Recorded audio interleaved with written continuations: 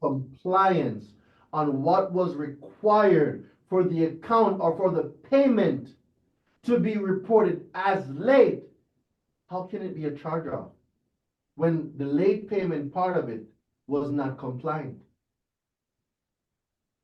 Guys, when I found this out and I told, like, I have some friends in credit, right? And when I told them this, they looked at me and said, Durain, you are crazy. Like, we know you're crazy, but this is the craziest thing that we've ever heard you come up with. Okay.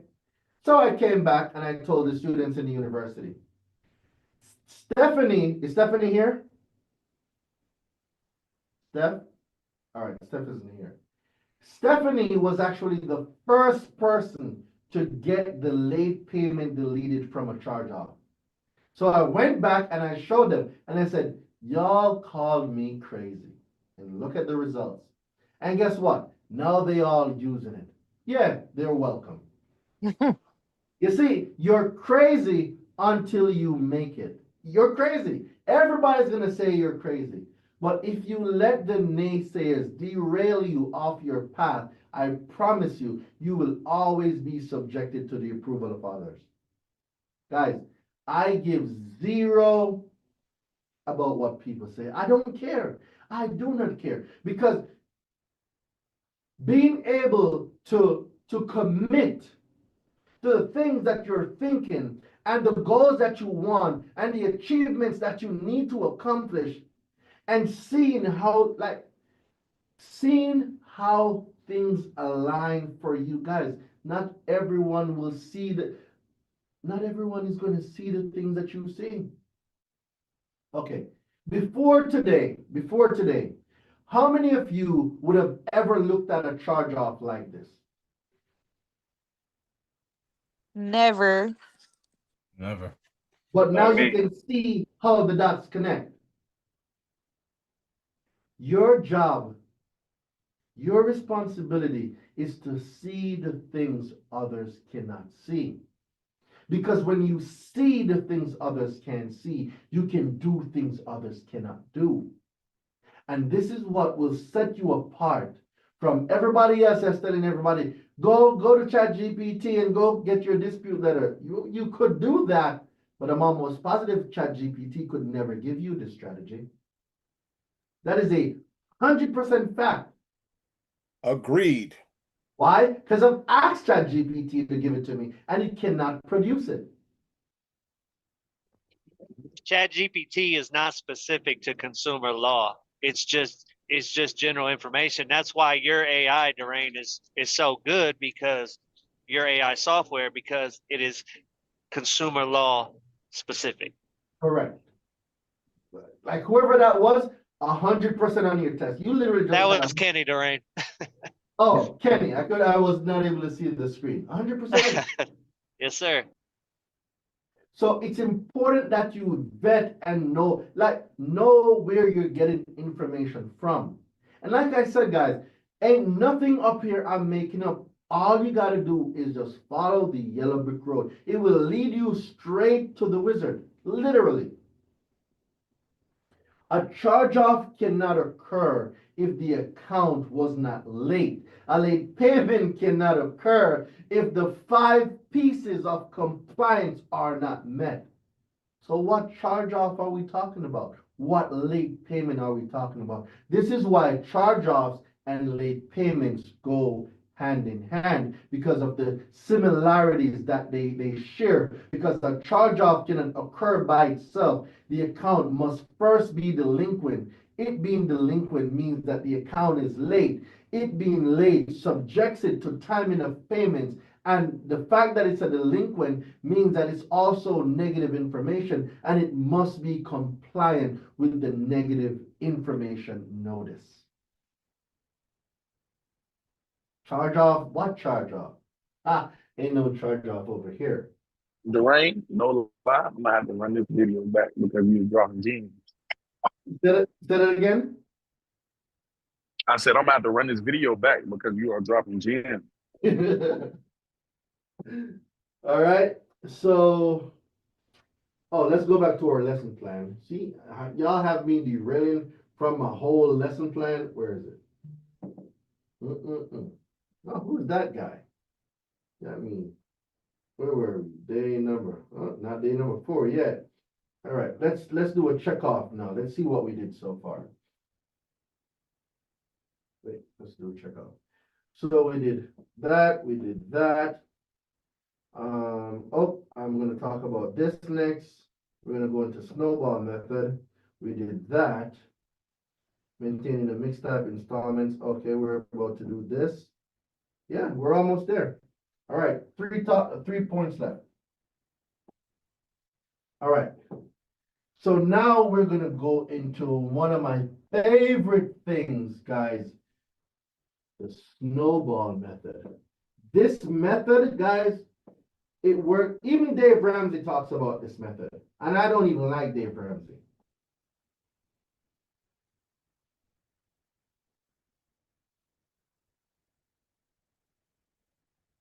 All right.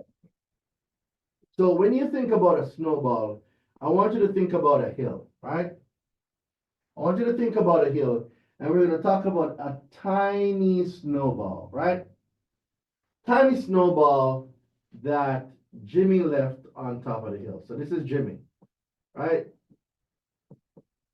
So Jimmy left a tiny snowball on the hill, but the wind came, that's the wind. Don't judge my drawing, that's the wind. And the wind blew the snowball. And as the snowball went, it picked up mass, right? So as it's going down the hill, it's getting larger and larger because it's picking up momentum, but it's also picking up snow as it goes down the hill, right? So that's the direction of the snowball. How can you use this method for credit? Well, it's really simple. So let's say that you know what, let's do this. I like this drawing though. I don't want to lose it. I like it. All right, so let's go over here. Right? So let's say that you have credit cards. So we're gonna have 5 credit cards, right? Credit card, credit card,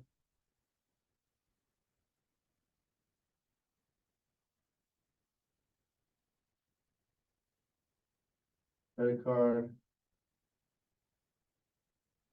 That's 3.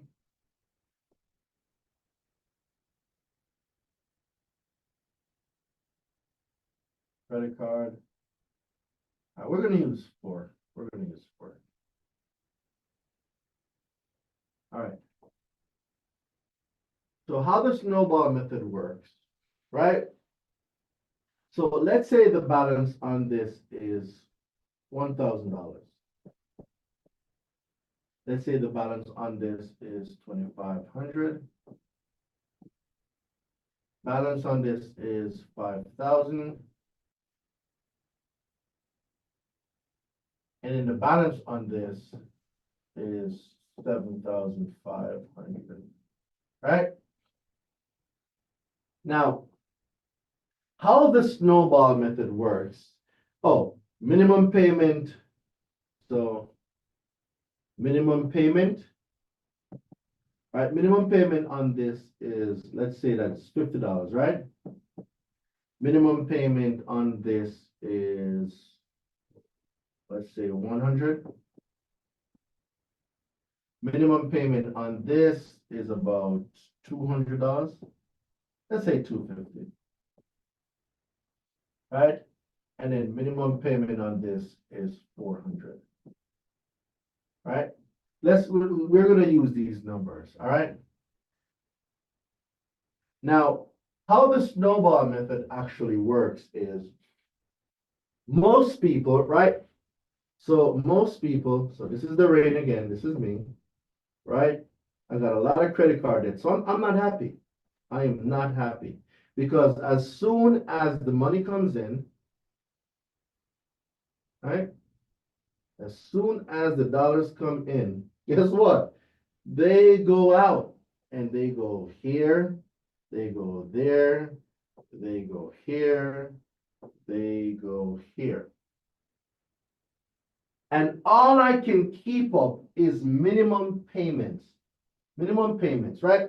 So I'm just throwing money all over the place. I'm throwing money all over the place, right? I'm throwing money all over the place. So what Dwayne would be doing is I'd be putting like $100 here. I'll be throwing $200 over here. I'm gonna be throwing $400 over here, and I'm throwing like, let's say $1,000 over here, right? So the rain is just throwing money all over the place with no clear goal as to how I'm gonna pay these down. So I'm just throwing money all over the place.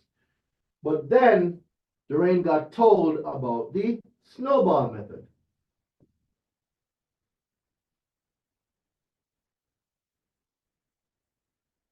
So what Dwayne's going to do now is Dwayne's going to organize his credit cards from smallest to largest, right? So you're going to organize your credit cards from smallest to largest. What does that do? I am going to maintain minimum balances on all of them. So let me see now. Here, right? So here, I would be normally throwing what? $100 here. Over here, I'm throwing $200 over here. Over here, the rain is throwing $400, and over here, the rain is just throwing $1,000. Just throwing money. So now Dwayne learned about the snowball method, and Dwayne decided that he's going to be organized. So what Dwayne's going to do now is Dwayne is going to maintain his minimum balance on every single card. So I'm going to maintain my minimum balance, right? So I was throwing what? $400 extra over here, right? I was throwing what? I was throwing $1,000 over here. I was throwing 400 over here. I was throwing 200. So my minimum balance here is 400. So I'm going to pay that. So how much do I have now from what I was throwing over here? I have what? I have 600 here. I was throwing 400 over here. So I'm maintaining this minimum balance. How much do I have now? 150. Doreen has 150 here. Over here, I was throwing 200. My minimum is 100. How much do I have now? 100. Yep, Doreen has 100. And over here, I was throwing $100 on this, right? So, 50. all right. So I got a $50 extra. All right. What Doreen is going to do, Doreen is going to take all of these and combine them. $900. So that gave me $900, right? So Doreen took the whole 900 and Doreen dropped it on this credit card. How much is left? $100, because I just paid 900 on it, right? Plus the 50 minimum payment, so $50 That's the is 50. So we have $50 left. You are correct. So we have $50 left, right? So boom, Doreen pays it off. You know what? I'm gonna change this to a whole number so we have a whole number left. So let me do that. Because I don't want to confuse anybody. Let me change which one I was paying 250 on. So let's say this is 300. Let me use a whole number just so we can just get it even. All right, so let's say this minimum balance was 300, right?